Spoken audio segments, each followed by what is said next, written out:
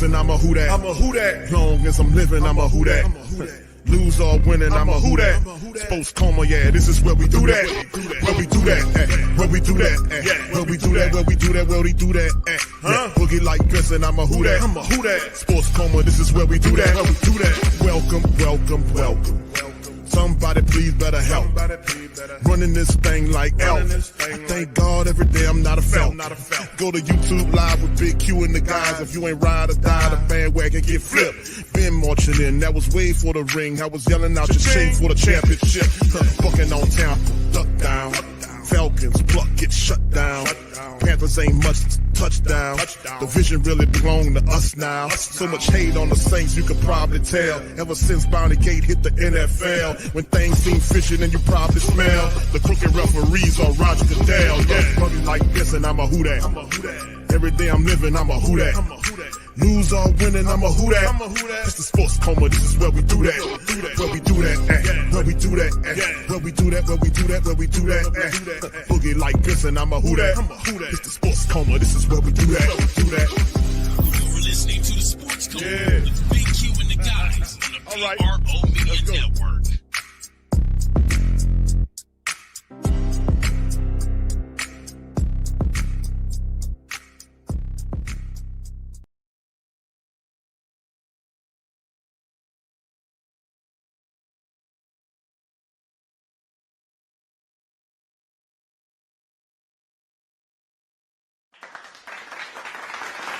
All right, shout out to the fam, man. Appreciate y'all for being in the live.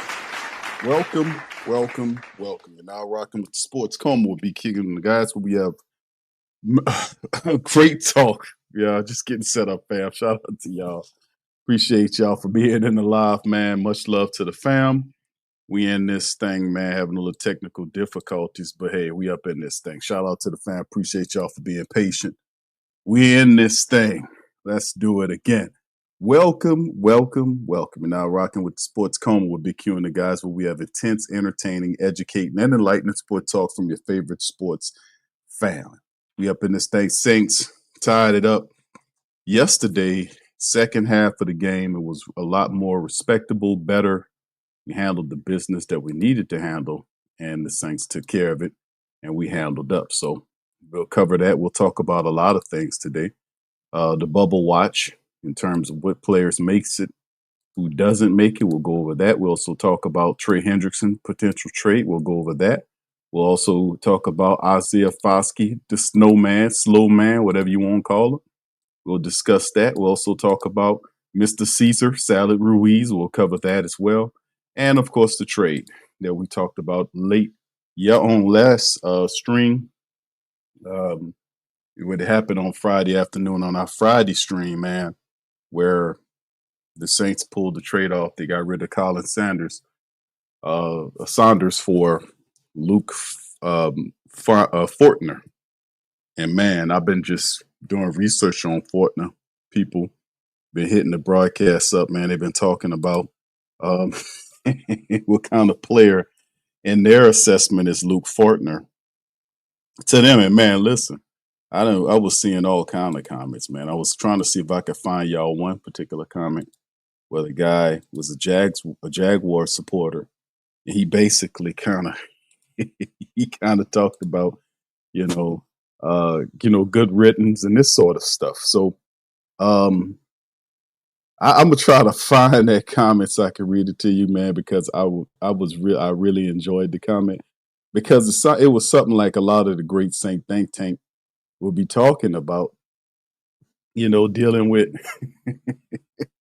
talk about some of these players. Like, how some people, and they just be trying to be nice. They be trying to be nice, and they'll say to the fam, hey, man, this guy would be good for you. He would be an awesome player for you. Oh, man, this guy, he's going to be a good player. He's such and such. He does this, that, and the third. They kind of soft shoe it a bit. They kind of, give you the game. They kind of tell people stuff, and then, you be like, oh, okay, you got a good player there. Nah, shit.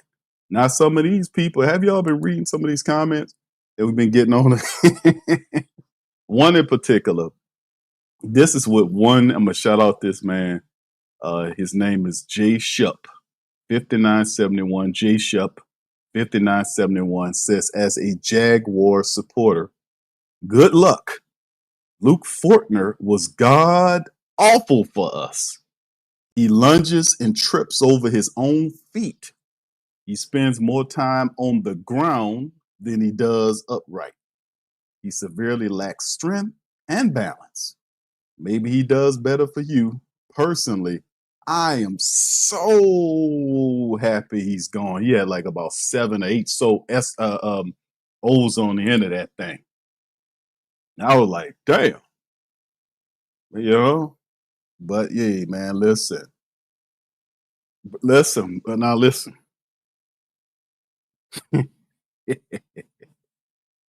Colin Saunders wasn't tripping over his own feet. Colin Saunders was actually backflipping and doing all this other stuff. But, you know, it wasn't what we paid for. We wasn't paying what we got from Colin Saunders the last couple of years wasn't what we wanted to get. It was way lower than what we anticipated. Like this guy, him and Shepard was supposed to come in here and be be as good as what David Onyemata and King Tut was. You know, Shy Tuttle. You're supposed to be on that line. It was not even close. But Luke Fortner, regardless of what the commenter said, Luke Fortner is still better than any backup center that we currently have. Now is he better than one of our young guns that we like a lot? You know, I don't know if he's better than Torricelli Simpkins. Torricelli Simpkins is a young offensive lineman who has a versatility. He has a do-it-all spirit.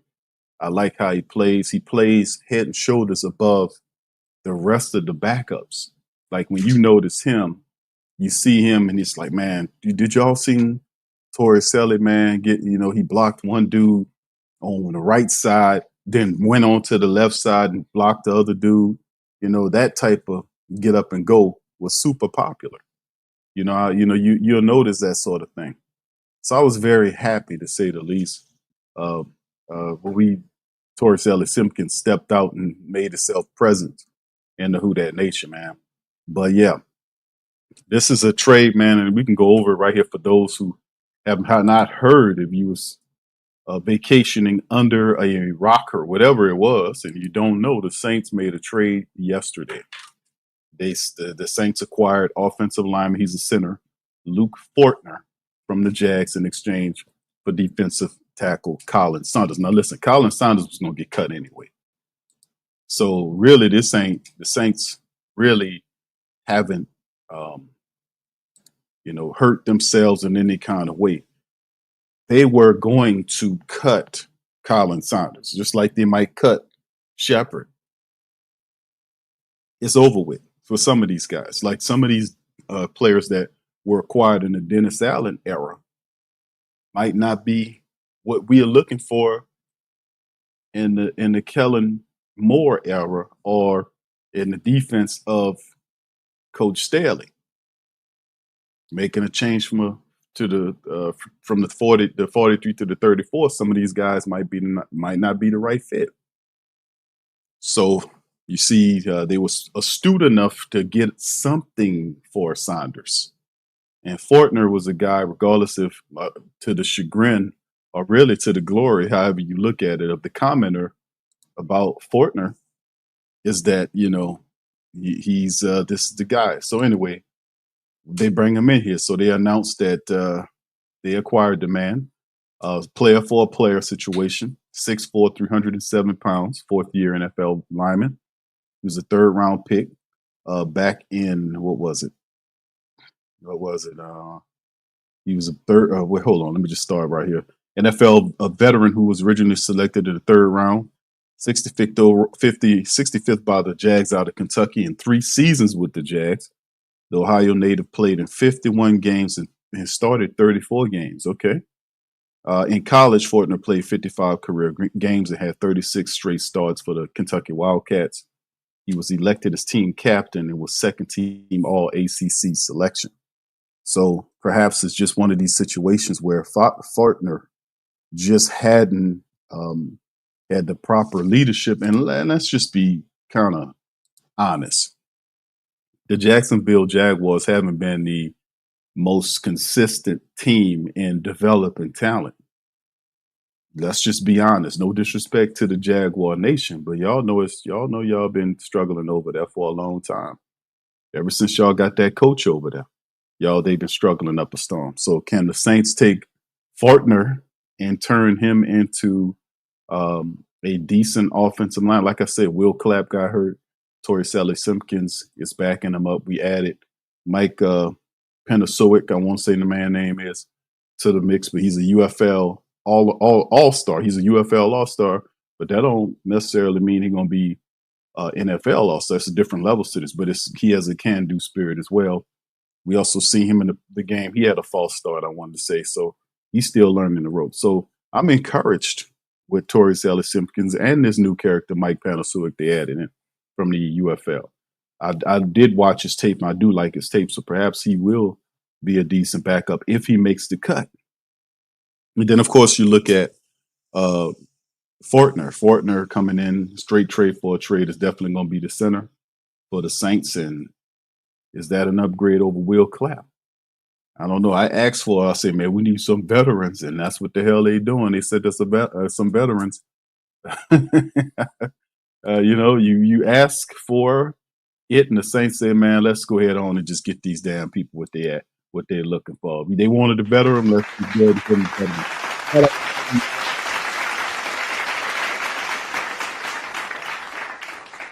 Shout out to Daniel Williams for being a YouTube member, for joining the Great Saint Think Tank on YouTube. Thank you, Mr. Daniel. Appreciate you, sir, for your membership. Much love, fam. Appreciate you. Y'all welcome in Mr. Daniel.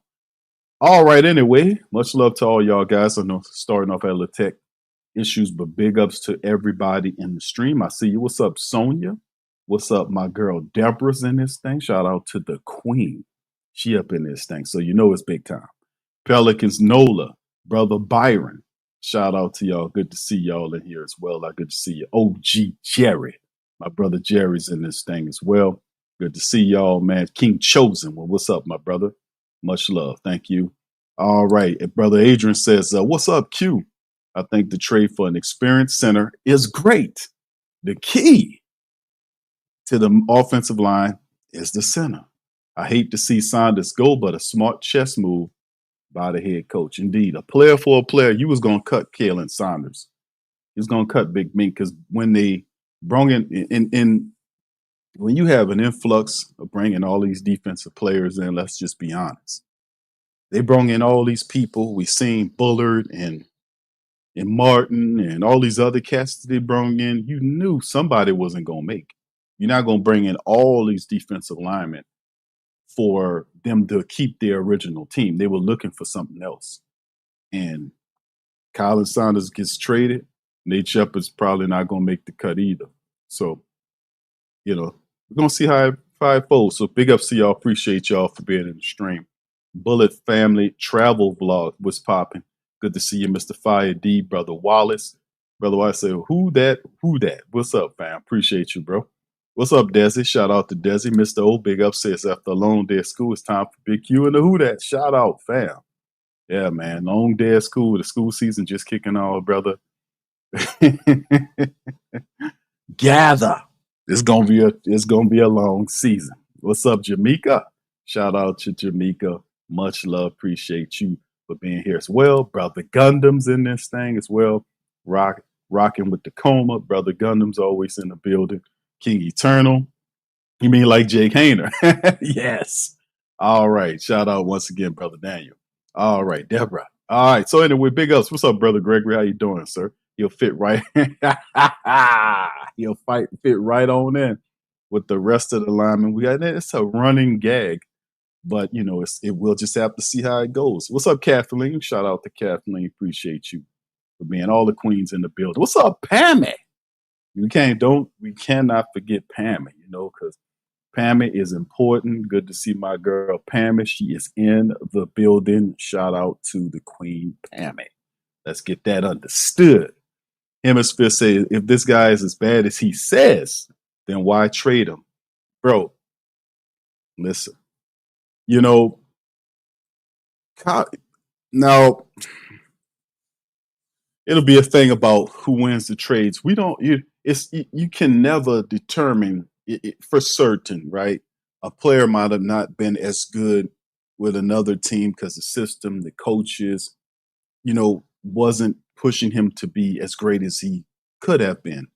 Maybe the change of coaches, the change of scenery gives the players an opportunity to kind of rebrand themselves, so to speak. You know what I'm saying?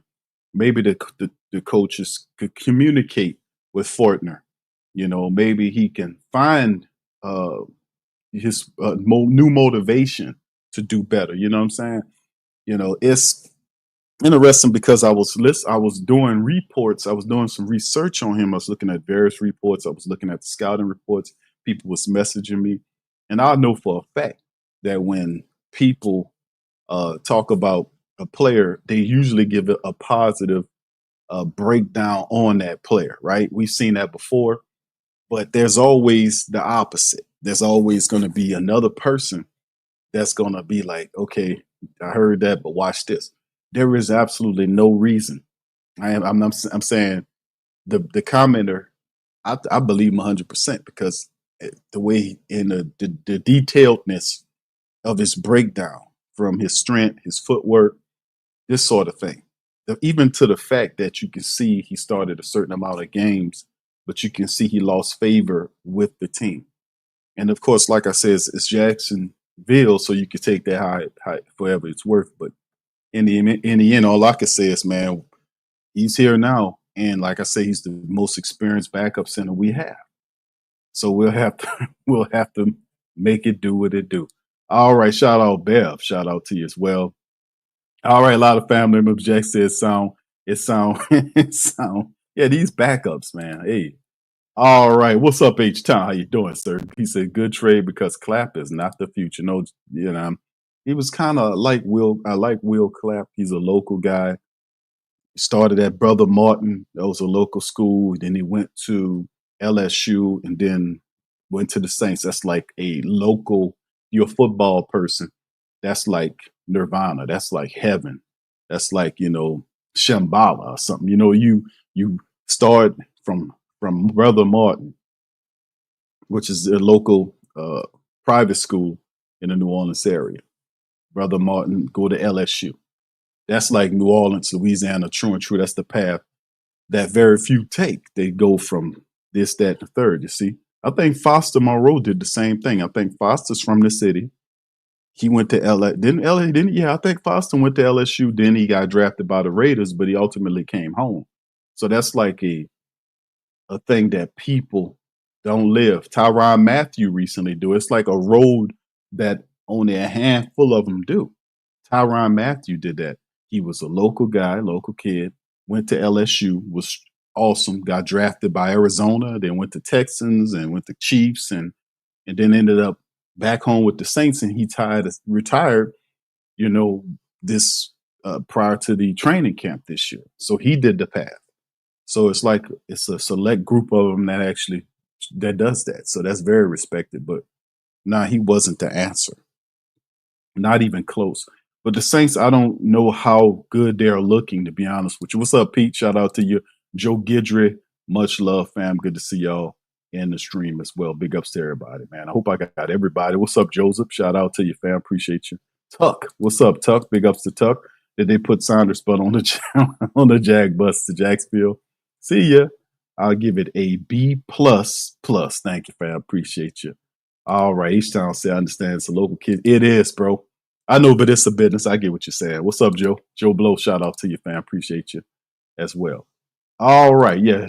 She says, yeah, me too, Desi. She said, I love the Tigers. Speaking Tigers, they are dragging Angel Reese. Oh, yeah. Yeah, they need to leave poor Angel alone. Shaq threatened to beat somebody ass over Angel Reese. What was that, RG3 talking mess? You got to be careful. You got to be careful, especially when you're talking mess on some people You know what I'm saying? Shaq had enough of that, man. He threatened to get at him. And I don't think Shaq kidding either. Gregory says, hey, in all seriousness, are you currently concerned? All right. He said, hey, okay, Q, that's all good, brother. But listen, are you at least concerned about the depth of the levels of the team? How do we get this endless cycle of scouting talent? How do we get out of this? Well, I mean, it takes vision. It takes decision makers that know what they're doing. Me personally, like I said this before, I think the Saints are heading in the right direction. I really do. I don't think we get there overnight. You know, I don't think we get there overnight, but I do think that we are headed in the right directions as an organization. The Saints have done a good job over the years of scouting talent. They really have.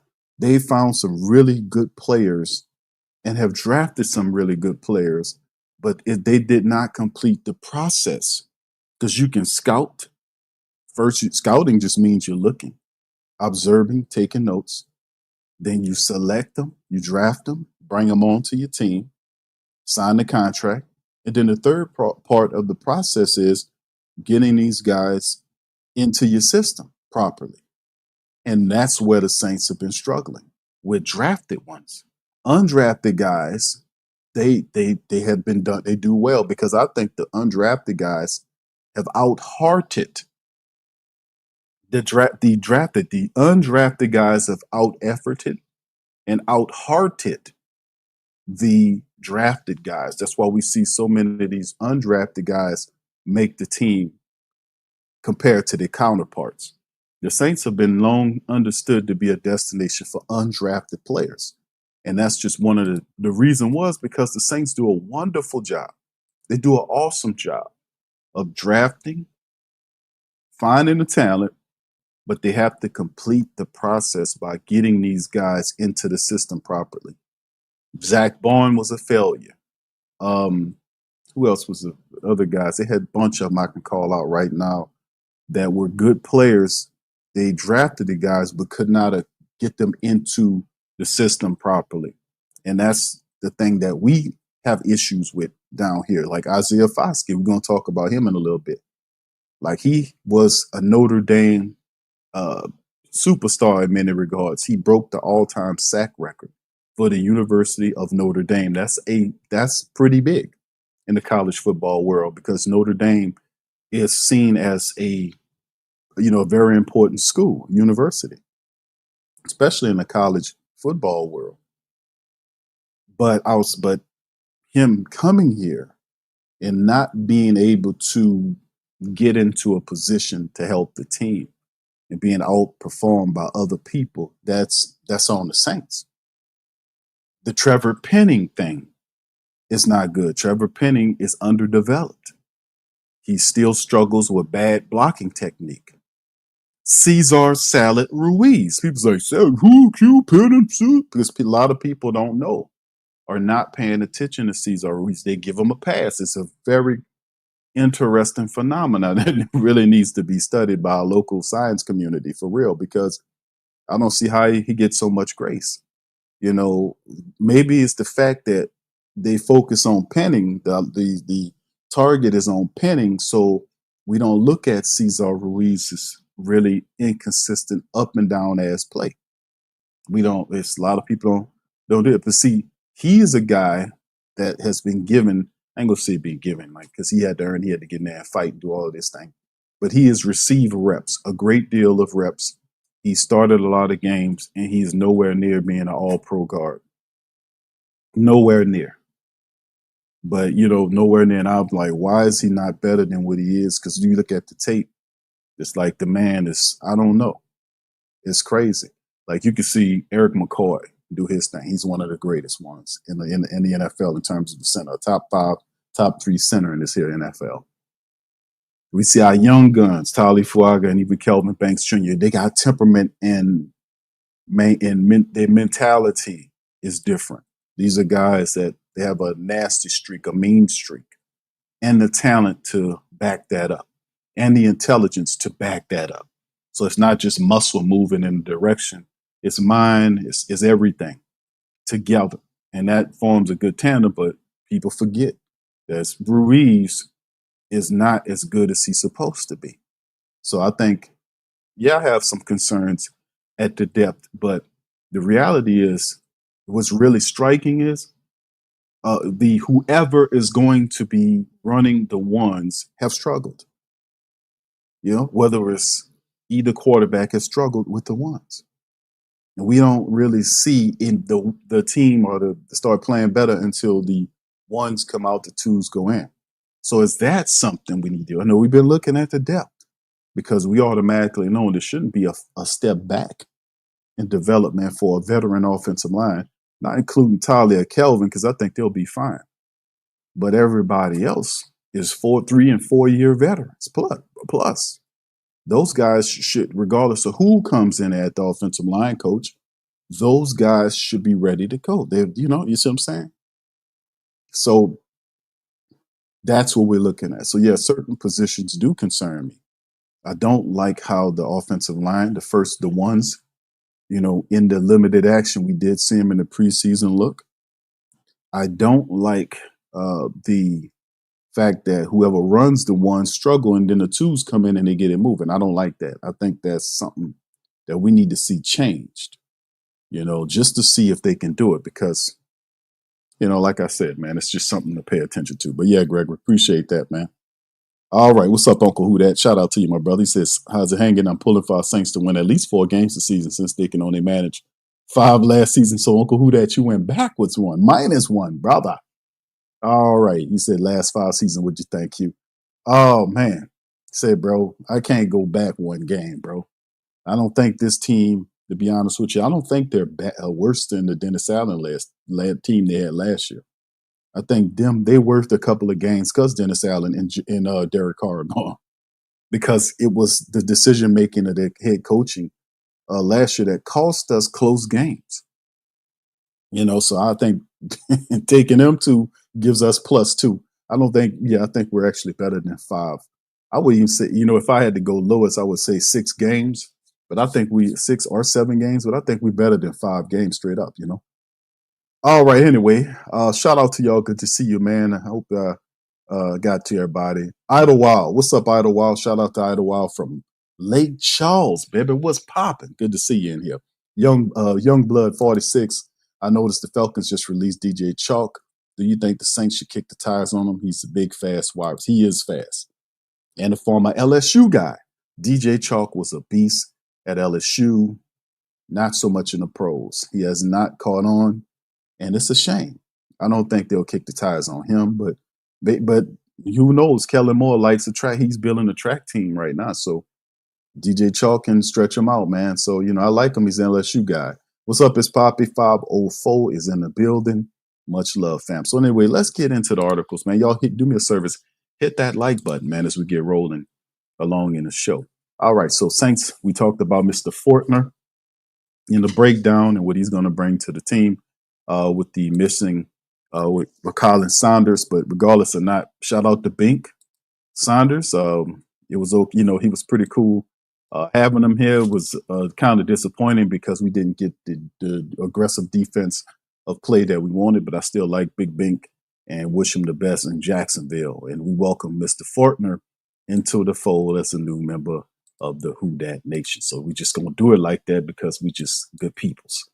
All right, anyway, let's move on to the next one. Shout out to the Who Dat Dish. As this is the stock report. Cesar Ruiz was the biggest black eye on the Saints' second preseason game. So it's good to see some of the family. Hey, listen, some of our really good reporters are picking up on the trend because they got eyes to see and tape to watch. They got all that going on. And that's the popping thing.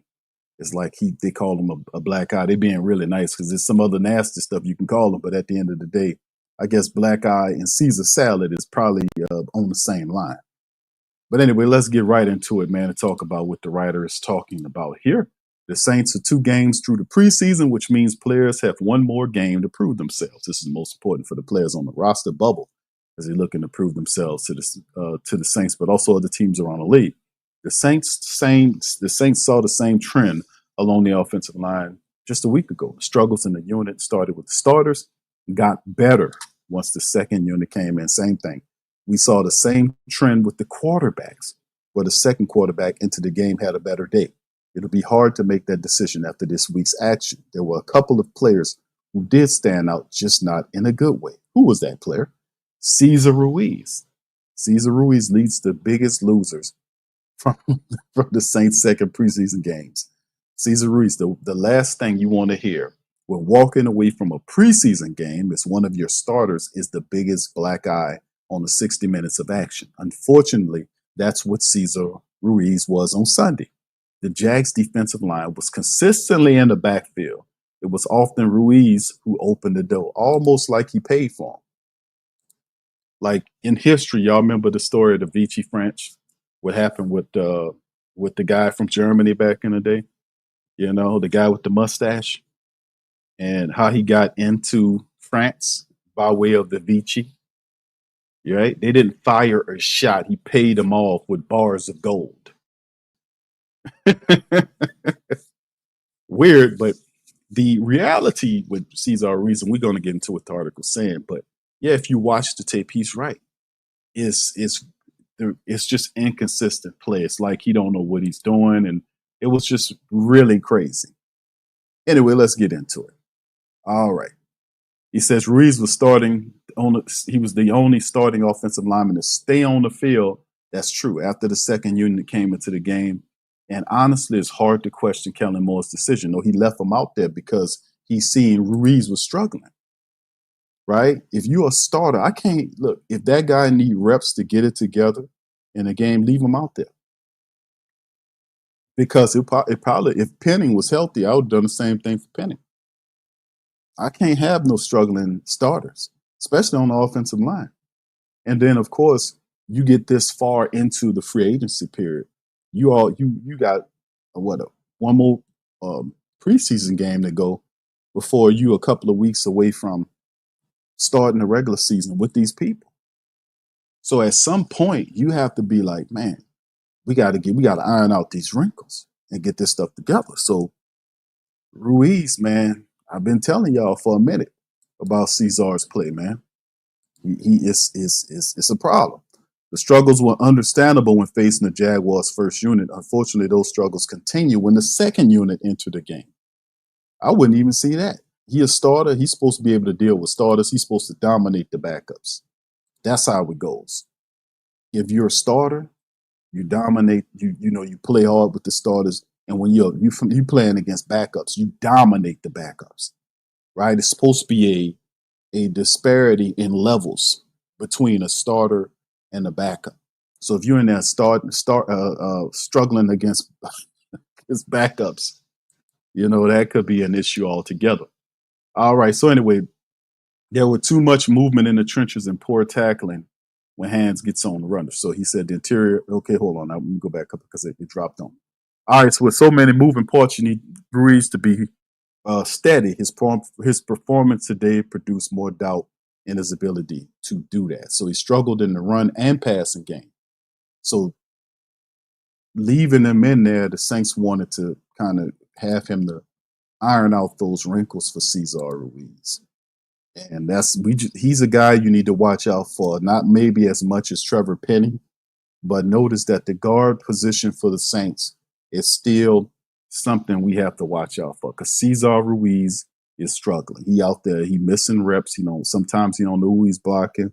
Guys to swim moving him. You know what I'm saying? It's not good. And hey, I've been telling y'all. Anyway, Saints backup interior defensive line. If tackling could be a part of this list, it would have. Since we can't point to the finger at the entire backup interior defensive line, the struggles were understandable when facing the Jags' first unit. Unfortunately, those struggles continue when the Jaguars' second unit entered the game. The interior defensive line was continuously pushed to the side or pushed back. This is purely in the run game. There was no pass rush either. But we can't slander the run defense enough for that for the time being. But there was just too much movement in the trenches and poor tackling when Hands did get on runners. They did remove the Saints. And instead of giving it to one person, he gave it to the Saints interior backup defensive lineman. And then, of course, final of the players that he made mention of that did poorly. Cam Akers. Akers didn't necessarily play poorly, but Clyde Edwards-Helaire and Velus Jones Jr. just looked better.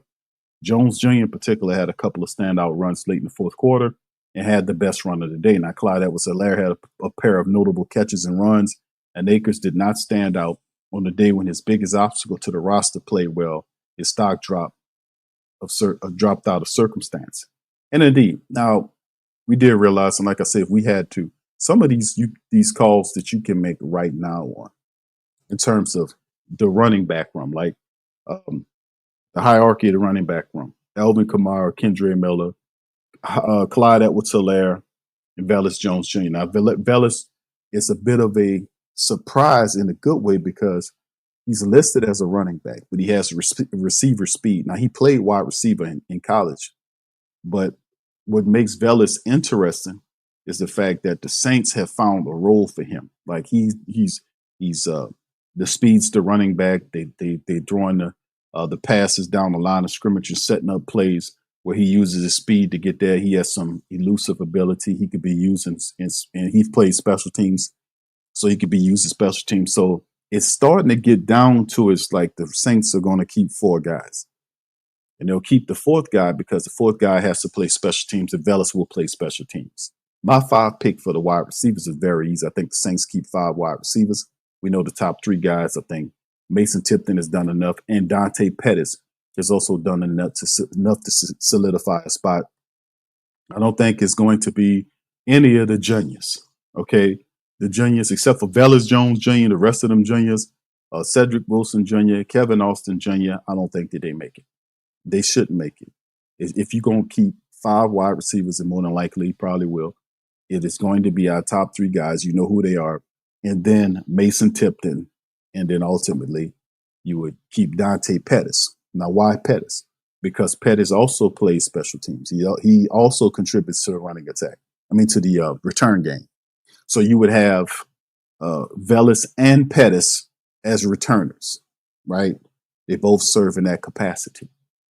So that would be my 5 guys who keep just throwing that in there. But some of these position groups, you can kind of solve them right now. The tight end group, not so much. The tight end group, a little harder to read. Even though I like how Trey Welch played, he made a really difficult catch in that fourth quarter. Even Michael Jacobson did some positive stuff. So it's kind of difficult to read it. Matavo, not so much. Kind of difficult reading that tight end room a little bit more, But anyway, y'all, what y'all think? Y'all let me know in the chat. All right, let's keep it moving, man. Let's move to this one. Shout out to NOLA.com. Times Picayune. They had a really good article written by Mr. Paris.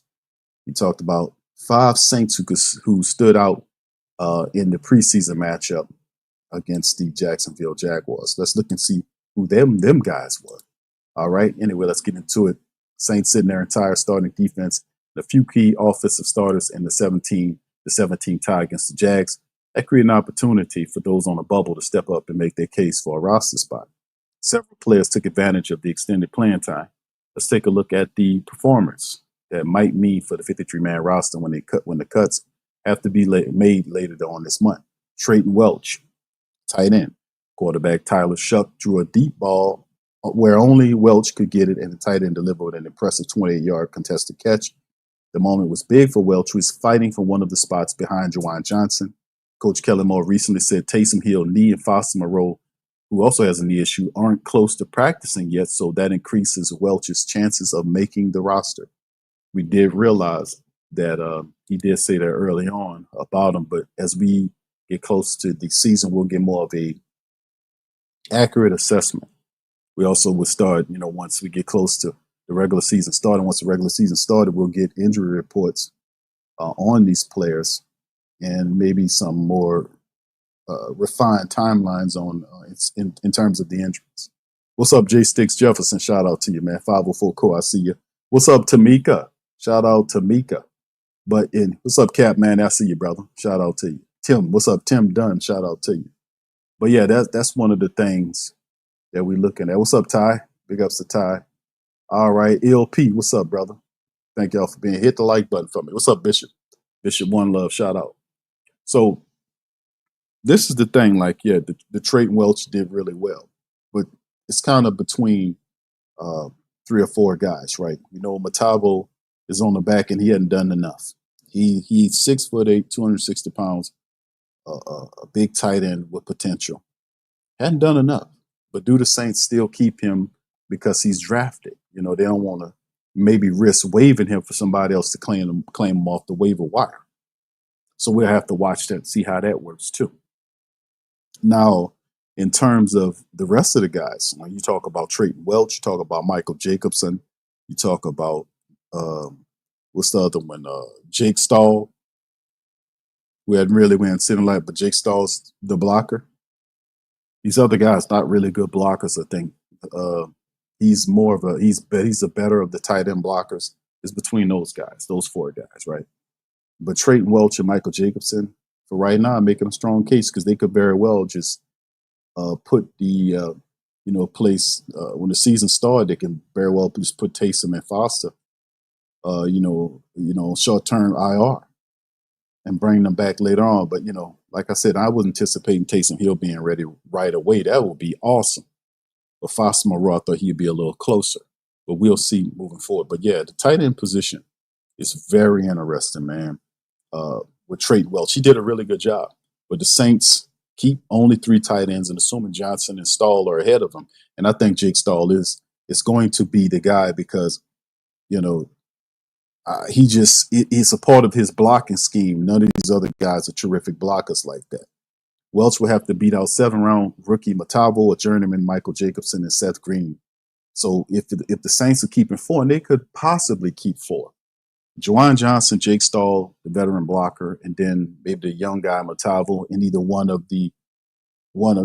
a Welch, Jacobson, or Seth Green. Right now, I would say Welch is leading the battle, even though Michael Jacobson right there, they're really dueling it out. But Welch, we'll see what happens in the final game. Like I said, the tight end is a little harder to read. Isaiah Stallbird stand out on special teams. He made another impact on punt coverage against the Jags, absolutely whacking Austin Tremmel at the point of the catch.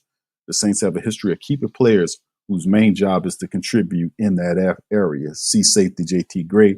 So could Stallbird be the next to do so? Listen, Isaiah Stallbird has made a lot of plays. A lot of there's a couple of young linebackers that really I'm just so happy about because Demario Davis is retiring. Well, I don't know if he's retiring, but his contract is up with the Saints after this year. You have Pete Werner, who, he played a full season, but Pete Werner has still had issues staying healthy for a full season.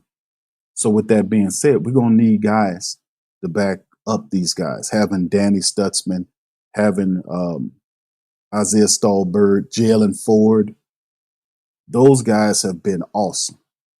Nephi Sewell, they can play special teams as well. So Isaiah Stallbird, man, he been really doing well for the Saints, man. If the Saints keep 5 backers, he'll likely have to beat out Nephi Sewell and Jalen Ford for the last spot. Sewell and Ford are also known for their special teams contribution. I know Jalen Ford gonna make the team, So it'll be a battle between Stallbird. If it's a 5-man thing, I guess it would be that. But, maybe they keep 6. I don't know. We'll see. Also known for their special teams contribution, making it a tough choice. Still, Stallbird played 83% of the team's special team snaps last week. So he'll be getting along by the coaching staff. Yeah, it's going to maybe come down to Stallbird and Nephi Sewell. Those guys really been cutting it up. All right, and Kendre Miller, running back on the surface. Kendre Miller's final stat, 21 yards on 6 carries, was nothing special, but it was good to see the second-year back run hard. He had 13-yard gain on the 3rd down, had another long carry that negated a holding penalty. So he did real. Just as notable was Miller's usage. He was the Saints starting running back with Elvin resting, and he took most of the snaps on 3 drives. Early in camp, Miller was occasionally 3rd or 4th in the pecking order. Lately, he's been consistent back behind Kamara, a good sign that his job won't be in jeopardy. Indeed, and that's the great thing about, we talked about Miller, because he was a guy that a lot of people talked about. And could Kendre Miller, could he, return to his TCU form? Like he was the guy that was Mr. Everything. And he missed a lot of time with injuries. That's the bad side. The good side is that he seems to have gotten his body back. He lost about 10 pounds. He was proud of that. You can see his energy level was changed. His power, his never say. It's just good to see Kendre Miller healthy and running with confidence, catching the ball and all that kind of stuff. And he looks every bit of the part. He just needs to keep that going. Really positive to see Kendre Miller. And of course, Jalen Ford. Up until Ford's interception on Nick Mullins, which was really cool. He read that, jumped up, pulled it down like he was a wide receiver. The Jaguars quarterback had been dicing the Saints defenses. They completed 21 of their first 26 passes before it was a 2024 fifth-round pick out of Texas.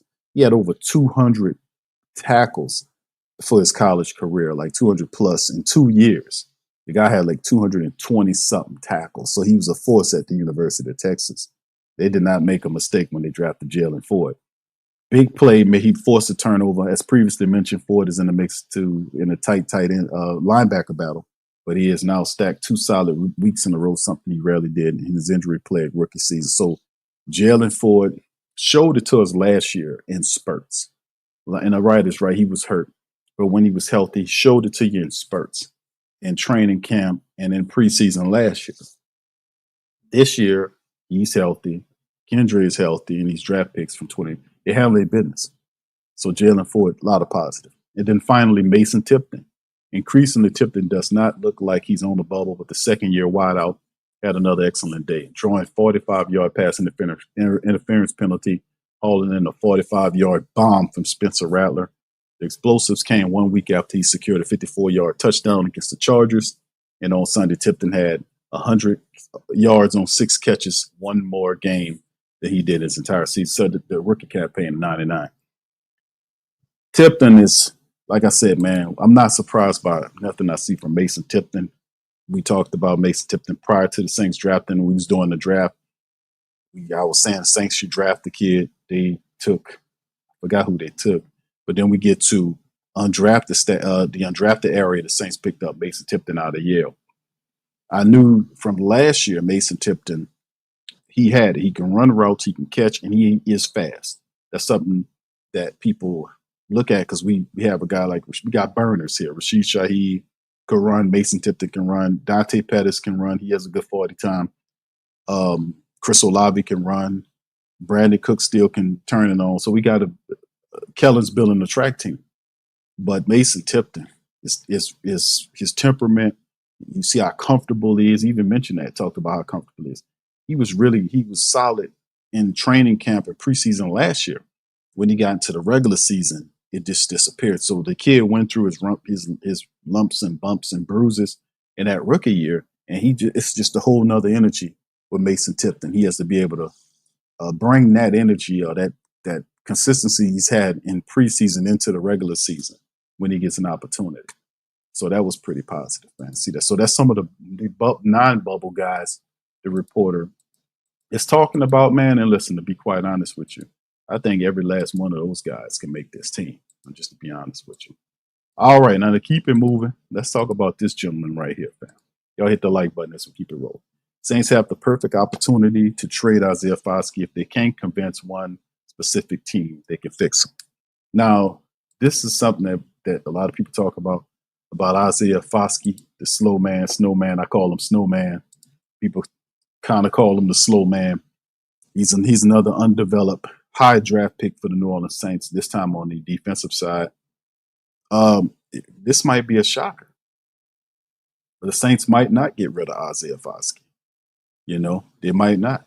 We know that they've showed before the patience to deal with high draft picks, especially ones that are still on contract and cheap.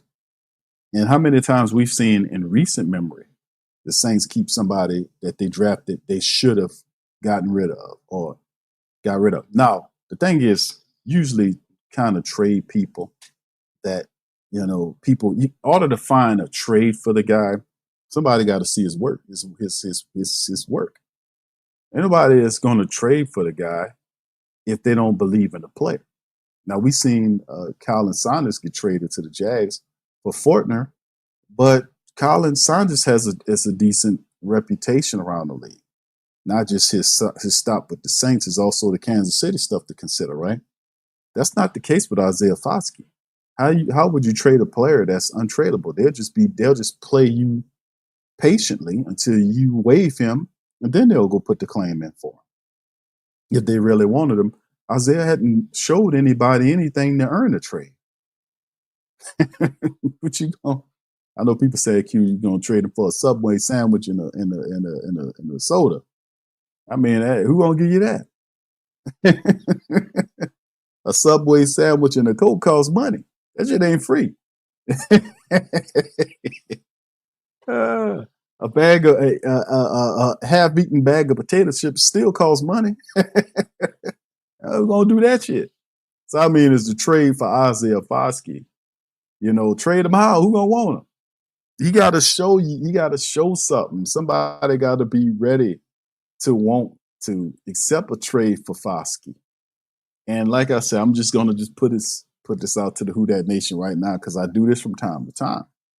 I'm gonna let y'all know that it could be a possibility that he won't be cut, and that he will be on this team the start of the regular season. Why, Q? Because he's cheap. He's a second-round draft pick, and they don't want to put those guys in the street. Think about some of the high picks before the Saints have had. They should have cut Peyton Turner. They should have cut Marcus Davenport. Did they cut him? They don't cut them high picks, the first, the seconds, and the guys. They don't get rid of them. They hold on to them to the last moment. It's a bad look for the Saints if they release a high pick. It's a bad look. So I'm just saying, I'm not saying that they're gonna trade him. I'm not saying they're gonna keep him. All I'm telling you is I'm letting y'all know the history of the New Orleans Saints organization, that they tend to hold on to these players that they take high just a little longer, baby. They hold on to them. So, I mean, don't be surprised if you see him on the team instead of somebody else. You hear me? Just say it. In order to trade the guy, he has to have a tradable profile, meaning somebody has to see him as an asset. Now, right now, there are other guys that's out there on teams in free agency, on practice squads that are better than Isaiah Foskey. So he hadn't really done anything to separate himself. And like I said, I don't think the Saints turn him loose. And this is the politics side of it, right? This is the political side of the football. When you say, okay, Q, the guy has underperformed. You're right. He has underperformed. He hadn't done a good job. But in the end, the political side of it, and you can talk up to Slick Mickey Loomis on this one, because that's going to be the guy that hold on to him. Hold on now, goddammit. Hold on, you guys, hold on. Foskey, the slow man. Hold on, I see what you're saying up there. That's wrong. Hold on. He ain't going anywhere, goddammit. I guarantee it. This coming from a guy that held on to Derek Carr. Like, Derek Carr was made of platinum. He wouldn't release Derek Carr, holding on for dear life to Derek Carr and all these other people that wasn't doing nothing for the organization. But like I said, man, I'm just letting y'all know, man, I've seen a lot of football, especially from the Saints. I'm just giving y'all a little game, baby, just a smidgen. Just a little game. All right, 504 Coach says Q. Foskey had identical stats 2 games straight. That takes a special player to do that. I'm right. Y'all know. What's up, T Dirty? Shout out to my boy T Dirty, man. He said they was out there playing keep away from Foskey. Yeah. Anthony said, you said the same thing about Jake Hayner. Hey, bro. Just am I right here? Am I right? Come on, Who Dat Nation. Come on. Like DA. Indeed. I'm just saying, y'all know. Y'all know what I'm talking about. This is the political side of football. How guys, like recently, like there was one, like I bring this guy up all the time. There was a guy that should have been released by the Saints, but they released another player that outplayed him and kept that guy on the team. Who is that player I am talking about currently? I want to see if y'all been, because we've been talking about this. Name me the player that the Saints released early in the offseason that shouldn't have been released, right? This year, 2025, that got released early on. The undrafted guy outplayed the drafted guy, outplayed him badly, but they kept the drafted guy. Who was that guy? Who was that guy? I'm just showing you that it's political. The draft picks, the drafted guys, that's why it is when they draft the guy, they are least likely to release the drafted guy versus the undrafted guy. They're least likely to release him. L-Dub got it. Anthony Orji, the undrafted linebacker. He was a defensive back turned linebacker.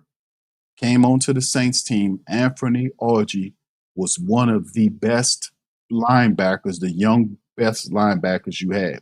He was better than Jalen Ford. He was out playing Nephi Sewell. He was flying to the ball making. He was playing special teams well when they was giving him opportunities to come in the game and start. Anthony Orji was lighting it up. He was lighting it up and he was cheap. They put Anthony Orji, they released Anthony Orji, put him in the street for DeMarco Jackson. To keep DeMarco Jackson, who didn't do a damn thing. Why? Because DeMarco Jackson was drafted. They protect the draft picks more than the undrafted guys. They should have put Davenport in the street or traded him. They should have put Peyton Turner in the street for or whatever. But they didn't do it because they don't like the optics of when they fail, especially when it's a high pick. Foskey's a second round pick. They're not, yeah. So that's what I'm saying at this end. I'm just letting y'all know. Y'all know. He got signed by somebody. I forgot who it was. Y'all look it up for me. He was a Steph says because he was not good. He was not. Anthony Orji was good. Anthony was better than DeMarco Jackson. He was better. He was better. He outplayed DeMarco Jackson. Anthony Orji he's okay. Riley says, thank you, Riley. Riley says he's at Tennessee. Thank you, bro. Yeah, he was this is the thing, but it happens. I'm just letting y'all know. He is that's what happens, the political side of football. It happens. But anyway, getting into the Foskey story, like it's a good media story because people fixate on him. I wish Cesar Ruiz would get this kind of media scrutiny about his play. I wish Cesar Ruiz would get heavy media scrutiny about how inconsistent he is. He's a starter right now at guard, and this it could be a problem. I wish he would get that scrutiny. All right, so anyway, the Saints supporters have grown weary with the struggles of edge rusher Isaiah Foskey since his selection. The Saints picked him in the second round with the 40th overall pick. He struggled to see any playing time on defense, and that's not changed with a scheme change under the new head coach. His reps during the preseason have not been impressive, leading him to be on the roster bubble as of now. Saints may try to trade Foskey, but does one particular land spot stand for him? That's a concept worth to keep an eye out on. There is literally nobody out here that is checking for Anthony Orji. No disrespect. For Isaiah Foskey. No disrespect. Yeah, you don't have to worry about Jackson after that missed tackle. Yeah, I seen that. And that's what I was saying. DeMarco Jackson played better this year, but he was a fourth round selection. That's what I'm saying. This is commonsensical. The team protects drafted players more so than undrafted guys. They want the draft picks to hit because, obvious. You selected these guys, you want them to hit, you have a higher ratio. But you releasing a second round pick, what was he, a second round pick, 40th overall pick in his third year? Then, boys, I'm just saying, dude, we talking making Loomis here. That's probably not likely going to happen. We'll see. I'm just throwing that out there. All right. So the writer says Foskey time at Notre Dame was filled with production. That's true. His college defensive coordinator was Al Golden. The current defensive coordinator for the Bengals is Al Golden.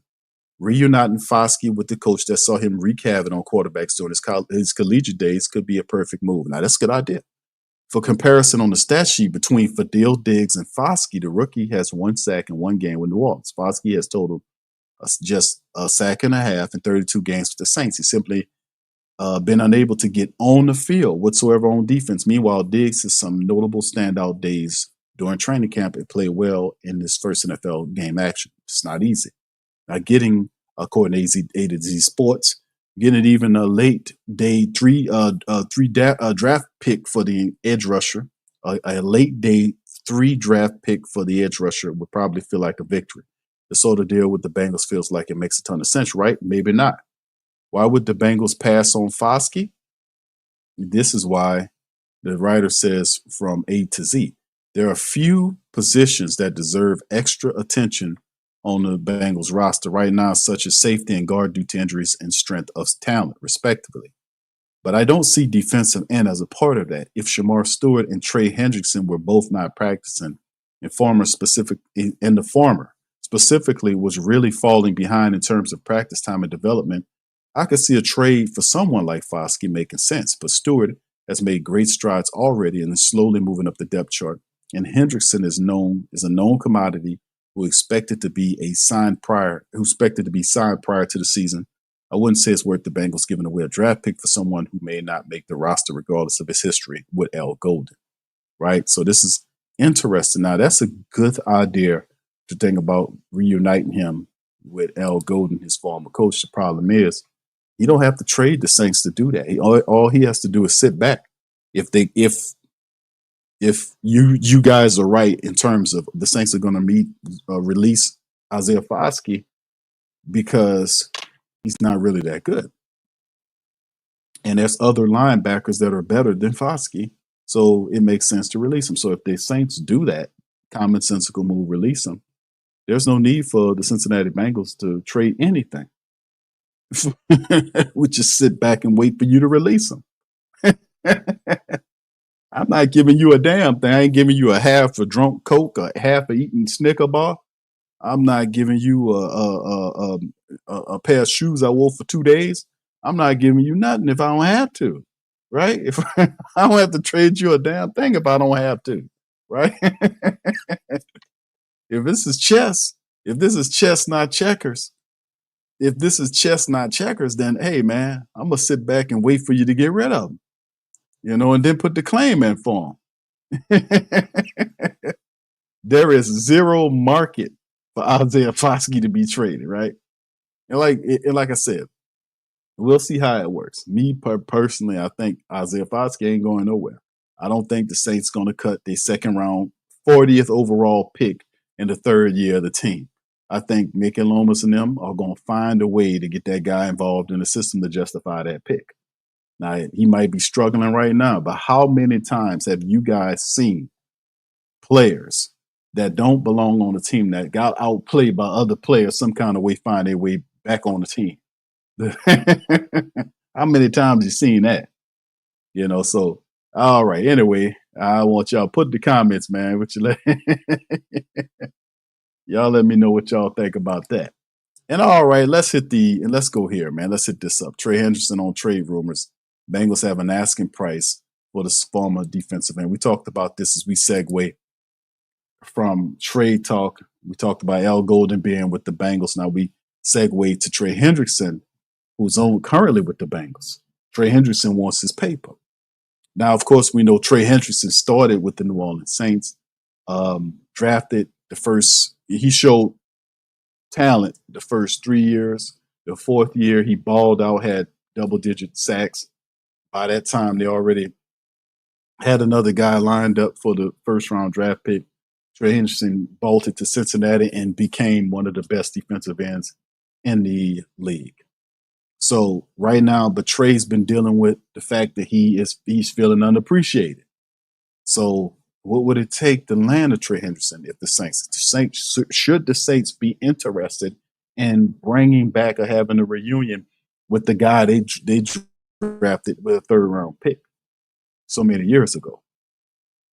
We'll see how it all goes, but let's delve into this article right here because this is very good. Shout out to John Sigler from the Saints Wire, dropping the scoop. He says, we got an asking price from the Bengals for pass rusher Trey Hendrickson, the former Saints draft pick who went on to earn 4 consecutive Pro Bowl nods after leaving in free agency.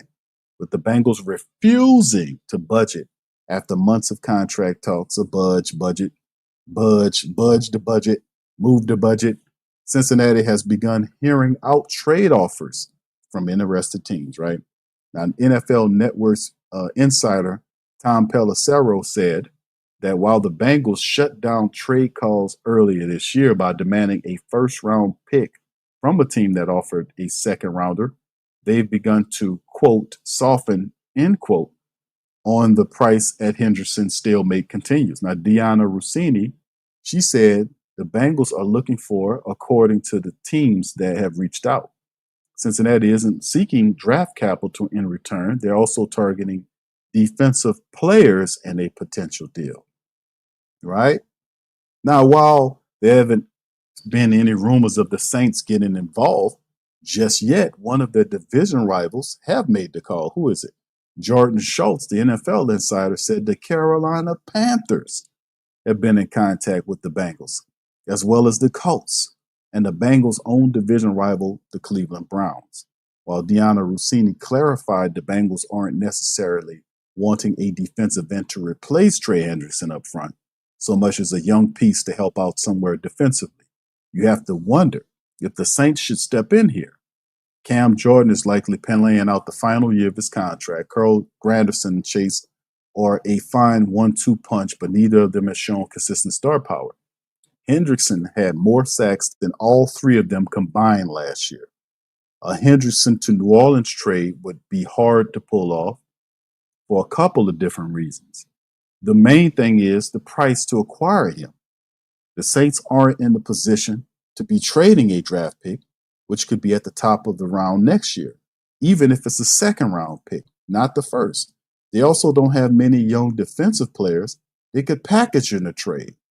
On paper, reuniting Bengals defensive coordinator Al Golden with Isaiah Foskey, a defensive end he coached at Notre Dame, might make sense.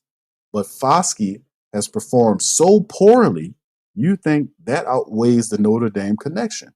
Maybe the Saints could offload Pete Werner, saving $1.7 million against the cap this year and $2.2 next year to get rookie draft pick Danny Stutzman in the starting lineup next to DeMario. But Werner signed an extension last summer that made him the favorite to replace DeMario once the veteran has retired in a year or two.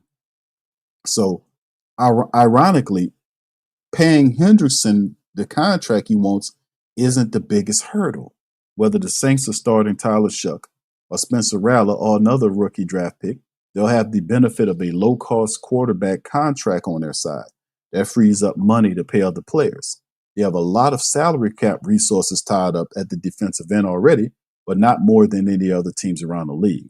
And Jordan's anticipated retirement will make it easier to pay Hendrickson once he's seeking. Instead, it comes down to the state of the Saints. They don't look like a good football team. It's hard to buy them as a playoff contender. They don't have any business trading assets, and investing in a 30-year-old like Hendrickson, they'll need all the draft picks they can get to reload their roster with young talent. Bringing Hendrickson back where his career began would be a great story, but at this time, it reads less like fact than fiction. So, all right, that's Sigler, who gave a really good take on it, breaking it down about Trey Hendrickson. Very interesting take on it. And the Saints, to me, it should Trey Hendrickson be a guy the Saints should consider.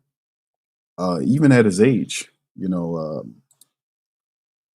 I just think, man, Trey Hendrickson, to me, man, would be a huge addition to the Saints. Bringing Trey Hendrickson back to New Orleans would be a really good story. I don't think the Saints will have a problem with that. But in the end, it would be a nice story. But then again, it might not mean a damn thing. Anyway, if we did, it could be a pipe dream. Because I don't know, man. I don't see. Because are they really looking to try to get this situation resolved? Now, usually when you start taking trade offers for the guy, kind of feeling around to see what his value is, it could just be something the team is doing, just to kind of show the other guy like we serious about moving the guy. But in the end, the Bengals don't have anything to replace Trey Hendrickson with. That's to be honest with you. So it would be a good dream to have him to come back. It would be nice for them to at least say what you want for him. But in the end, I don't think he goes anywhere. I don't think Trey comes here. I think ultimately what's going to end up happening is the Bengals going to end up paying him. That's what I think is going to end up happening. I think it will happen before the start of the season. I think Cincinnati, they're looking to have a solid year. And, you know, they had the stuff that happened with Shamar Stewart. That's out of the way. Trey Hendrickson is one of the last dominoes to fall. And I think the Bengals are posturing. I think this is saber rattling by the Bengals. I think ultimately they're going to give him his money. They're going to give him his money before the start of the NFL regular season. They're going to give him his money. Watch. All right. Anyway. All right. Other Bengals, asked two for it. Now, that's not what I heard. They're asking for 2 picks for them. They want players and picks. And that's just I think it's saber rattling by them. I don't think Trey Hendrickson go. They don't have nobody to replace him. I mean, he made multiple straight Pro Bowls. I mean, he's a player. You got to pay him. That's saber rattling by the Bengals. They're not going to get rid of Trey Hendrickson. They're going to pay him. I don't think they do a Dallas Cowboy, a Jerry Jones, where he sat up there on an interview and said that his thing's more important than winning. Where my laughing music at? Boy, I tell you, man, I got Jerry Jones is man, he looked like a vampire already. His eyes is red. You know, his skin looked like one of them Texas rattlesnake skins. And he need to just wear glasses all the time. But man, listen, for your own to sit there and tell you things more important than winning, I know. You know? And y'all in for some, y'all are definitely, y'all like y'all in trouble. Y'all are in trouble in cowboy country when the owner tell you is more important things than winning.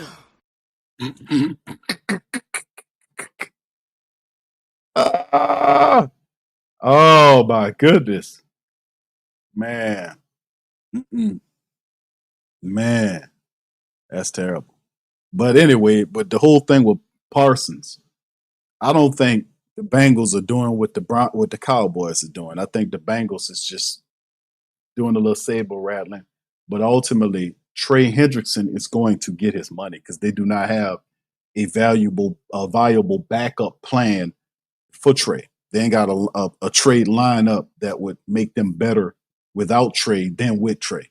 So in the end, it's like all he wants is his money, and if we pay him, he's gonna go out there and kick ass. So we might as well pay him. I think he gets his paper before the start of the regular season. But it was a good dream while it lasted.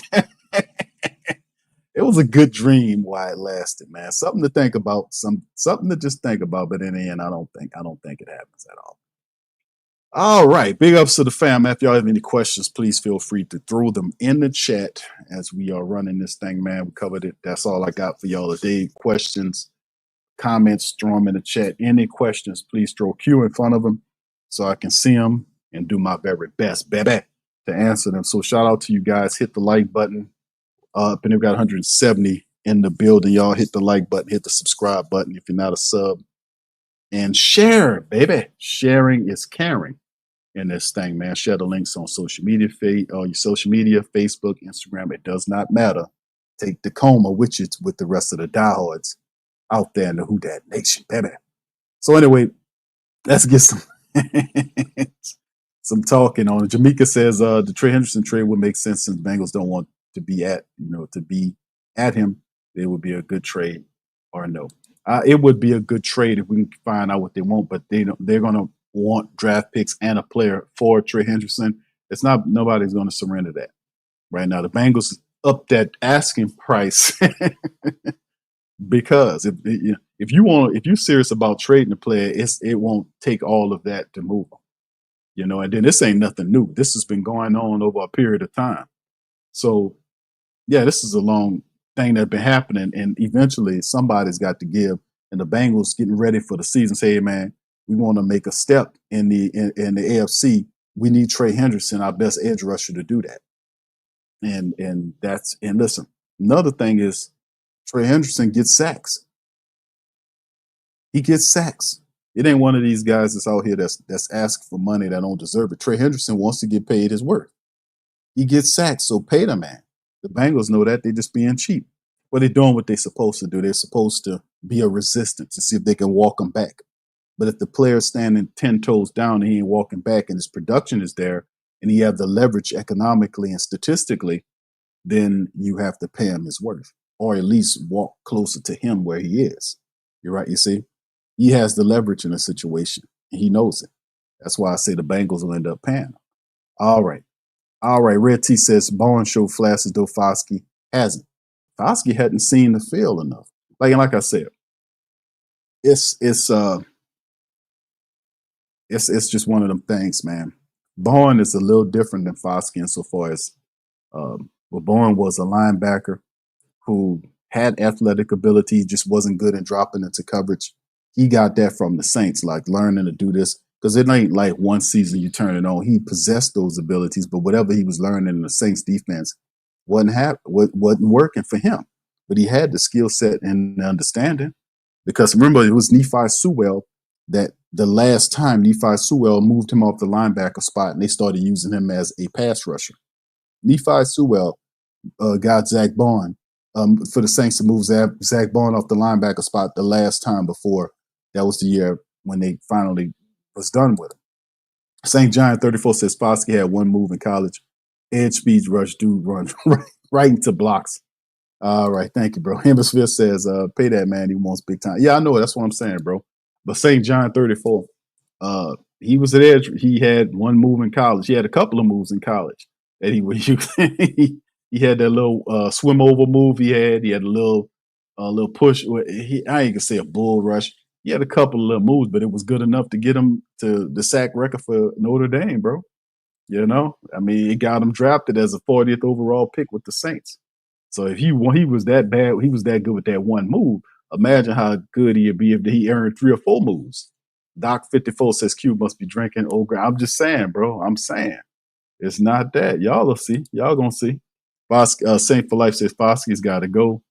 You know, y'all gonna see, bro. Y'all gonna see. It ain't nothing new. So, he said, "Are the Bengals still asking?" Yeah, I answered that one. Anthony says we always mess up for sure trying to get some more.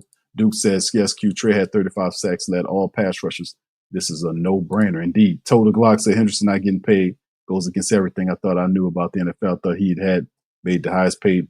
They're going to get that man his money, bro. It's not like some guy who ain't doing. He got the leverage on his side. They don't have nobody to replace him. They got to pay Trey Hendrickson. The Bengals want to make a step this year. They want to make a step. They can't make a step or do anything of work unless they have the best defensive player out there, and that's Trey Hendrickson. He gets sacks. If he's getting sacks, you got to pay the man. He might not get what he's looking for, but he's gonna get damn near close. He has the leverage. You got to pay the man. All right. The Rook 10 said, I think Ford and Stutzman ready to start. Anthony says send Jake Hayner and Brandon Cooks with Foskey. Now, who in the hell gonna take them people, bro? That's a big negatory, bro. They would laugh at you, bro, and send that back, bro. They're not Jake Hayner, Brandon Cooks, and Isaiah Foskey. Man, only thing I remember, Jake Hayner was in that last preseason game, week 1. Jake Hayner got in the game. He was made this throw. I said, okay, Jake. Jake made this throw, moving on. Yeah. Then Jake threw the pick. That was then the competition over with. All we seen after that was Spencer Rattler and Tyler Shuck. It's just like that. That shit came to a grind and all. If I had a break side effect, like that's what happened with him on that. All right, 504 Coach says I would trade Warner and Taysom and a pick and a heartbeat for Henderson. He's only 30 pass rushers, can be pretty good until about 36. We have a guy here that's older, that's been doing it good. Yeah, so like I said, I just don't see it happening, man. I don't see it happening. All right. All right, hold on. I'm sorry. Hemsworth said I had a feeling that Stutzman pick was to replace DeMario. He got 1 year left. I don't think they're planning on replacing Pete, especially since they just gave him some paper. Yeah, they paid him last year over Willie Gay. Y'all remember that it was between Willie Gay and Pete Werner for the money, and Mickey just said, "Oh, hold on, I'll pay Pete." Like, hold on, Mickey, let him play first. You see, you earned the kind. You just paid the man. They paid Pete Werner before they paid Elvin Kamara. like, bro, he's supposed to be a priority list. You pay your most important player. Hold on now, goddammit. It may not be my money, but I'll give it where I want to give it. Goddammit. Hold on now. Pete Werner, you first, and we'll wait for Elvin. Hold on now. All right. Let's see. Let's keep this thing going. All right. I see Tasha wasn't happy about that. All right.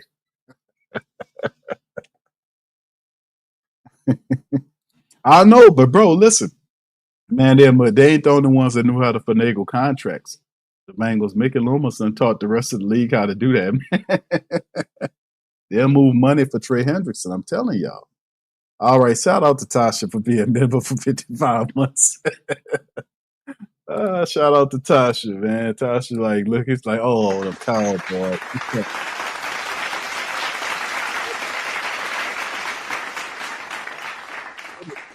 I'm in the Cowboy Nation, man. Shout out to Tasha. Shout out to all the Cowboy podcasters out there. They've been very glum about the prospects of the Dallas Cowboys this season. Your owner talking about there's more important things than winning. Yeah, you know what it is? Like making money, the type of shit that he got too much of. Man, only a rich person like Jerry Jones would say that foolishness. Goodness. Thank you, Tasha. Doc says, Q, what you been drinking? Foskey about to be driving the trolleys. Okay, bro. Okay. All right. I ain't drinking nothing, bro. I ain't drinking nothing. I got some cran grape, bro. You know what I'm saying? You see that little cran grape? That's all I got. Y'all gonna see, man. I done seen it all before Sunshine Anderson in this piece, boy. I done seen it. T Ford says, Q, I heard the Saints sent after Keenan Allen, but he didn't want to come here. I didn't hear that, bro. I didn't hear that. I didn't hear that the Saints reached out to Keenan Allen. It was always a rumor that the Saints had interest in Keenan Allen and that he had interest in them. Now, he only wanted $8 million when he played for the Chargers. He waited late, and usually when that happens in that time frame where it was, these guys are not going to be making no big money like that. That's like we talk about Noah Fant. He got $8 million, on a 1 year deal. But I never heard. All I heard was rumors. I'm not saying you're wrong, T Ford, but I'm saying that's all I ever heard was the fact that they were interested in each other, but never anything else. It was never anything where the team had to go. They wanted to meet with him and all this kind of stuff because they could have went where he was at, or he could have came here. This kind of thing. So they got Gabe Davis. They checked out Gabe Davis, and they checked out some other people. They just didn't pull the trigger. All right, Byron says Cincinnati playing foolish games with Trey. Felt bad for him. He demanded a trade. Yeah, like I said, bro, he has the leverage, and I think he gets paid. Yeah, Stephanie says that's one. Bond outplayed Sewell, and he's still here. That's one. That's right, Steph. Steph, you're right. Nephi Sewell. No, hold on. They didn't cut. They didn't cut. Now listen, this one for Zach Bond. They didn't cut Zach Bond. Bond contract ran out, and he left. The Saints, and the thing was, this is the thing. This is Dennis Allen now. They wanted to resign Zach Bond, and Bond wanted to come back to New Orleans. But Zach said to them that he wanted to start, and Dennis Allen said, no, we got a backup spot for you.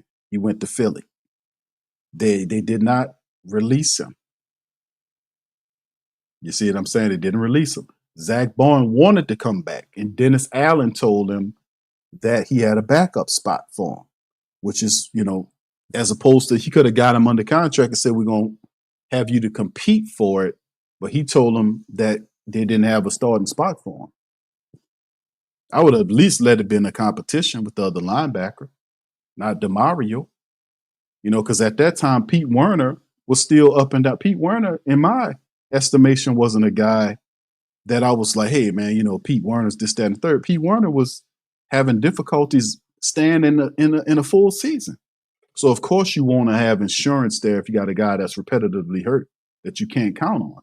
He was the opposite of DeMario Davis in that regard, but he wanted to come back.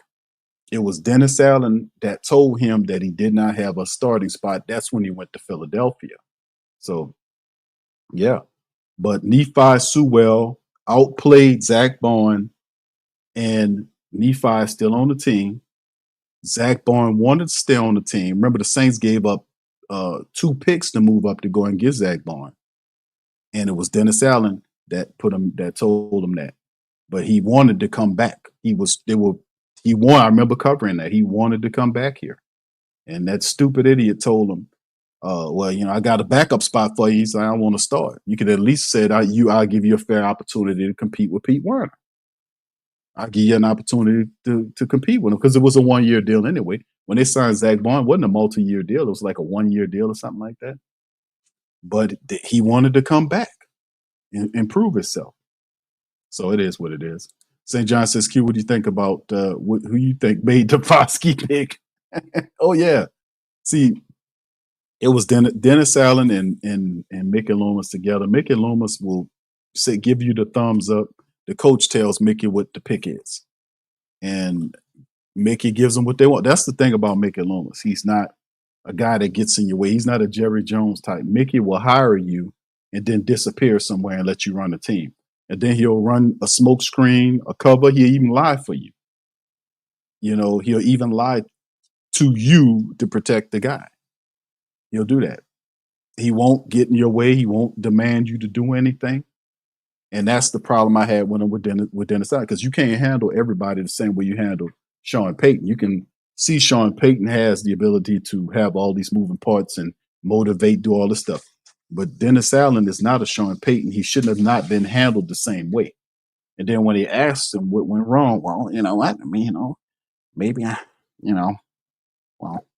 should have supported him more. Like, what? Supported him? No, you idiot. You should have put more demands and restrictions on him. You should have had more of an on-hand approach on Dennis Allen. You should have seen that.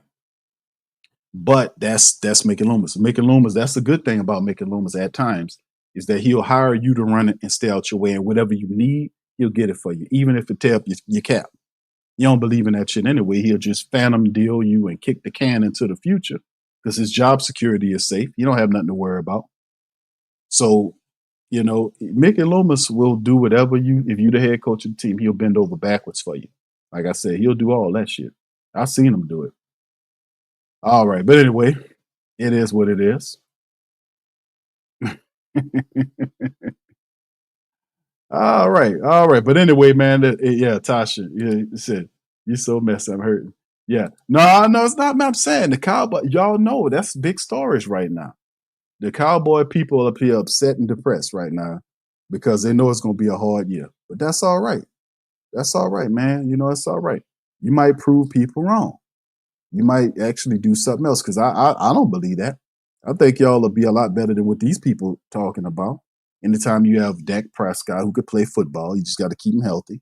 You got Pickens there with CD Lamb. You got very decent offensive line. You got good running attack. Well, it could be better, but I mean, it's a start. But you got a way to get the ball downfield. The biggest problem is the Parsons thing. You got to get Parsons under contract. There's a few other people there. They got an inexperienced coach. We got an inexperienced coach. Our guy won the championship as an offensive coordinator. This other guy is a Schottenheimer dude. We don't know what that means. He could be Clint Kubiak for all I care. He might not be Gary Kubiak. He might be Clint Kubiak. And we don't know. We don't know. A lot of people think that he hired that guy because he was cheap. And I guarantee you that's why he hired that guy, because he was cheap. But at the end of the day, you don't know what it is until the guy gets out there and performs, right? We don't know how it's going to be. He might actually do something positive. We have absolutely no idea. So right now, the most disappointing thing is when you hear the owner, who we know got at least 3 or 4 stages of dementia going on, but he's still not to count that money. This guy is a menacing, perpetual, micromanaging guy. It's just incredible micromanager suffocating of the team that goes on with this guy. You don't go out there and, even if it's true, you don't tell the supporters that there's more important things in football than winning. There was no other important thing in football. He was supposed to be talking that shit to the owners. Y'all know, telling the owners, as they take their yachts to the owners' meetings. They were doing that, driving their yachts to the owner meeting, all this kind of shit. I was like, yeah, that's a good message to send the rest of us. So y'all got so much money, y'all taking y'all yachts to the owner meeting. That's a real good optic. But you don't say that to the supporters because they don't think that way. They don't think that way at all. They don't care about you making money. You get your money if you win. That's how they see it. That's how we see it. So it is, but I think he'll be all right. I make it Q. Why? Mickey Q. Why the hell are you? Oh, hold on now, goddammit. I don't listen. I don't worry about my money. Hold on now. Stop pocket watching over there. Hold on, goddammit. All that stuff, you guys. Hold on, you pocket. Hold on, you got a bunch of saints here pocket watching. I just found out what that means. I'm like, what the hell is that? I looked it up on the computer. I say, oh, I got it. I'm trying to be more hip, Yeah, hold on, pocket watch me. God damn it. I'll do whatever I want to do with that $20 million. God damn it.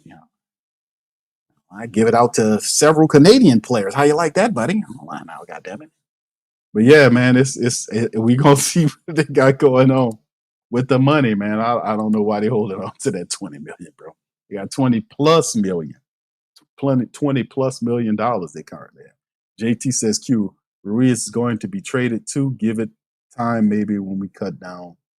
I don't think Ruiz is going anywhere, bro. He ain't going nowhere, bro. Ruiz is not going anywhere. Ruiz is going to be there because not enough people are focusing on the fact that Ruiz is underperforming. He's a first-round draft pick that been with the Saints for 6 years? 6 years or so, 5 or 6 years of Cesar Ruiz. He should be at I said this over and over. That man should be a Pro Bowl level guard in the NFL. Not even close. Not even close. Yeah. Hemisphere says Duncan said Allen didn't want to come back because the young QB room, he wanted to compete for the playoff run. I don't blame him. The Saints will be more appealing once they start winning more games. All right. Thank you, bro. Appreciate you. Said didn't want to come because of the young QB. Okay. Thank you for that. Like I said, I was when it took a long time for that information to get out. That's crazy because Keenan Allen has been signed with the Chargers for at least a couple of weeks now.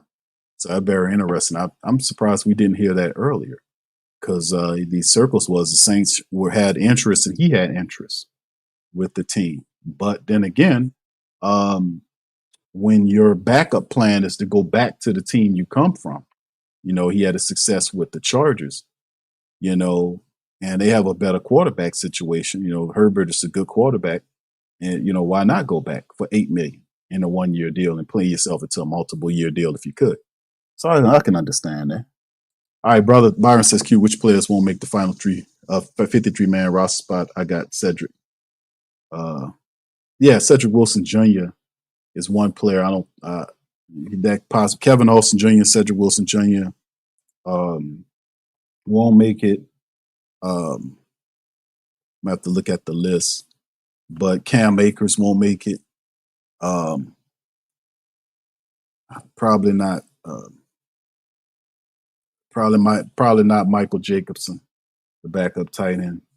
A couple of the backup offensive linemen. Hopefully, I don't think Shane Lemieux makes it.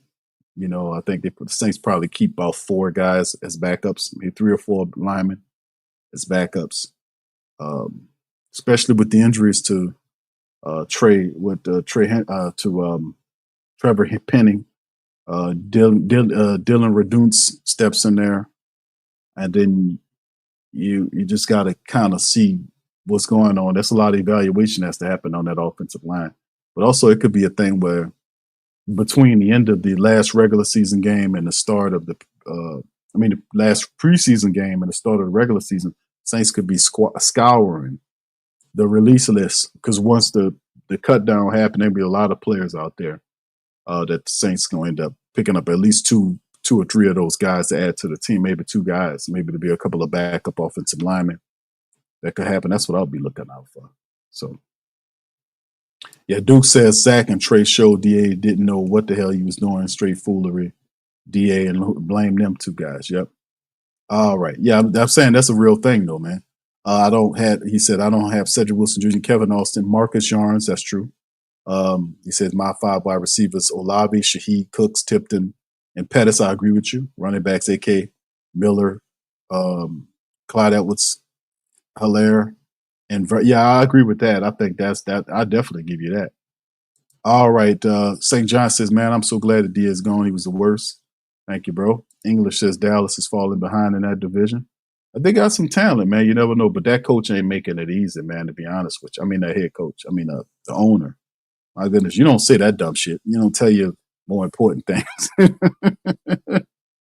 The best things in life aren't free. Nah, man.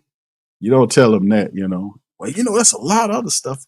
If you're a football team, that's not the message you won't go with. You don't tell the Cowboys that. All right, Jamie says, what do you think about Kellen Moore doing this job? Could be a coach. What do you think about Kellen Moore doing this job? Could be a coach. I think Kellen Moore is doing a decent job. I think he is.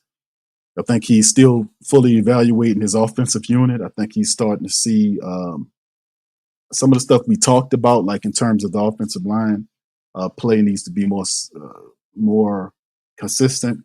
And there is definitely some concerns about the starters, how really pedestrian they look in these first 2 games, and that they're literally being outplayed by backups. So that's something I damn sure know Kellen Moore is looking at. But he's doing a decent job, man. We headed in the right direction. All right, St. John says, you need to act like you're chewing gum. I can't do that, brother. I can't do that, bro. I can't do that one. All right, English says, Moore made Mickey make that deal yesterday. No way Loomis does that on his own. All right, Trey says, thank you, Trey. Shout out to you. All right. Yeah, he says, Q, what do you think about the rookie? I like Quincy Riley. Quincy Riley had 9 tackles in the game of pass defense. Quincy Riley flied around the field, made great plays. Man, I absolutely love what that young cornerback is doing. And man, I just think that he could be ready for a larger situation. Because remember, you picked up Isaac Yiadom. They signed, a 3-year contract? He signed like a 3-year deal with the Saints, Isaac Yiadom. And then the Saints, of course, they drafted Quincy Riley. But really, Quincy Riley is that guy. We talked about Quincy Riley. He had a little injuries early on. But, man, he's been playing really well. A lot of people not talking about him. We talked about some of these other young, talented players the Saints have had. We talked about guys like Jalen Ford and Isaiah Stallbird and Chris Rump II, and players that's making good plays. But very few people are talking about Quincy Riley, man. Quincy Riley is having a solid camp.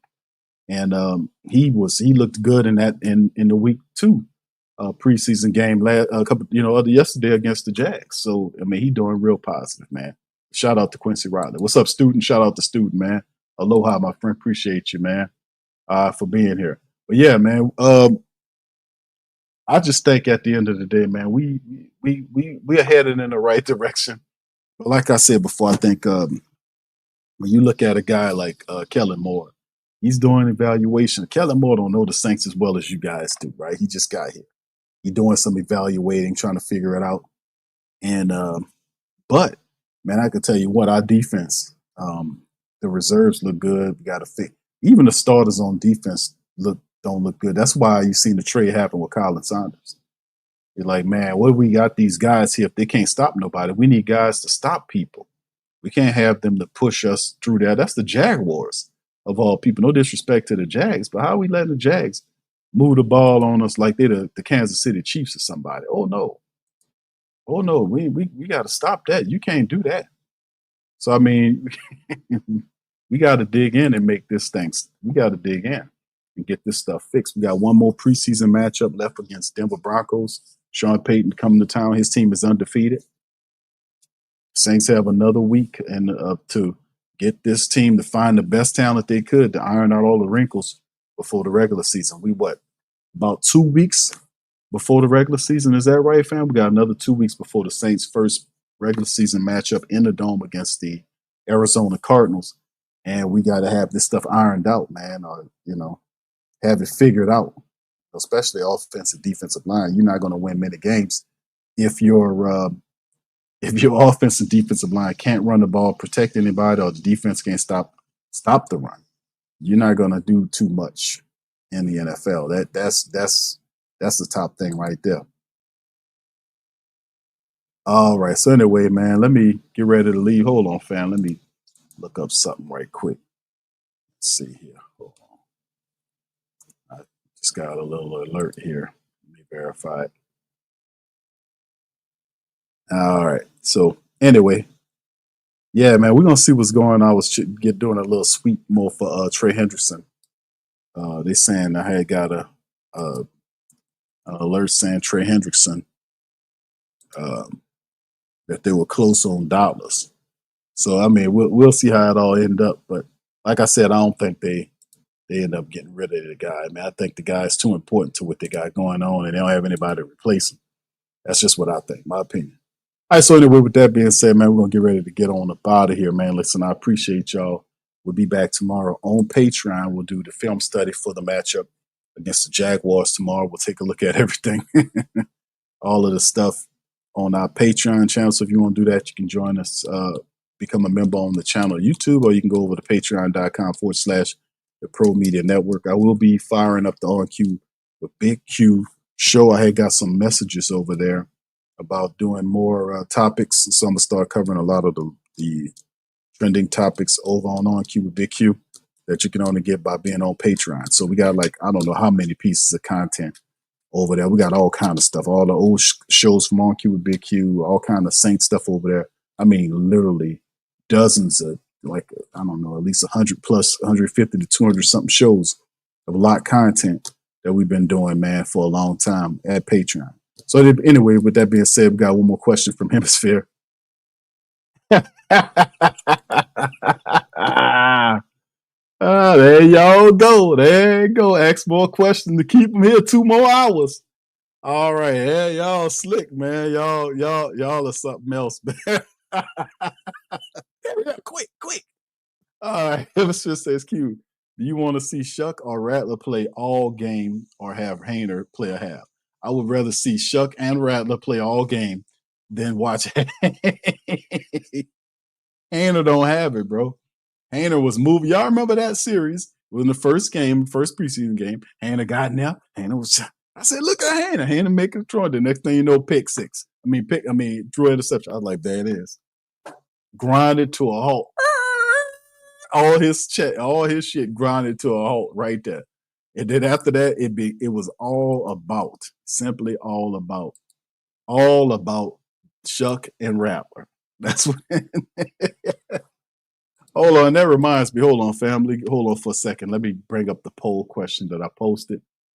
For the family members, it's not a poll per se in the show, but it was one that I posted via the platform post section, the community section.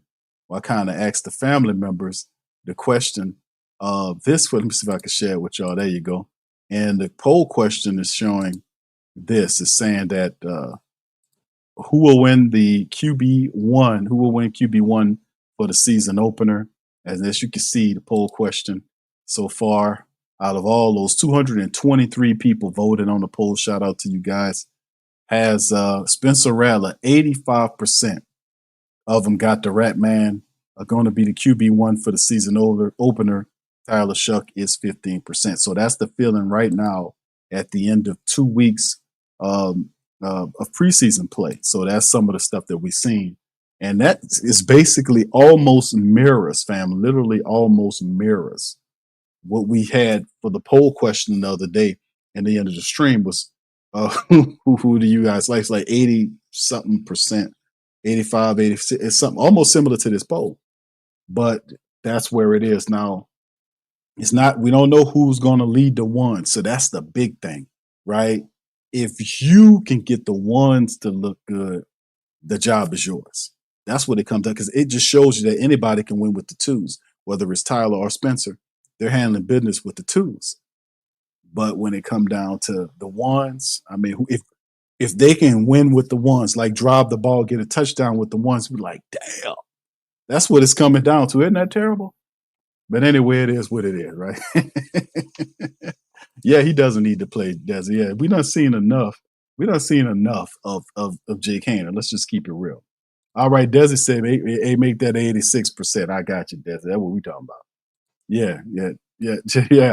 So in the end, man, we're going to be all right, man, in terms of that. It's just getting either Spencer Rattler opening up the season, like I said, and I don't want to diminish the accomplishment of winning the job on day one, a season opener.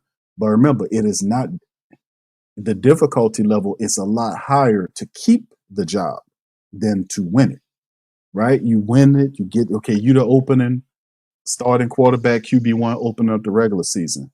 Now that's when it happens where you got to play at a high level to keep the guy on the bench. So you win the job is easier compared to that. That's the difficulty. Spencer being named starting quarterback, that's one thing. Keeping it is a whole nother thing altogether. So you're going to see how it works, man. We're going to be okay with that. 504, does Taysom come back this year? I think he does. All indications saying Taysom should come back maybe toward the middle of the year. He'll come back. And they're going to take their time with Taysom, but they're saying he's doing pretty good. So we'll see what that is. I don't know what Foster is. Foster may be closer to the start of the season. We'll just have to stay tuned and see what the updates are on that. All right. So with that being said, fabulous, and I appreciate y'all for being in the stream. Do me a service. Hit that like button.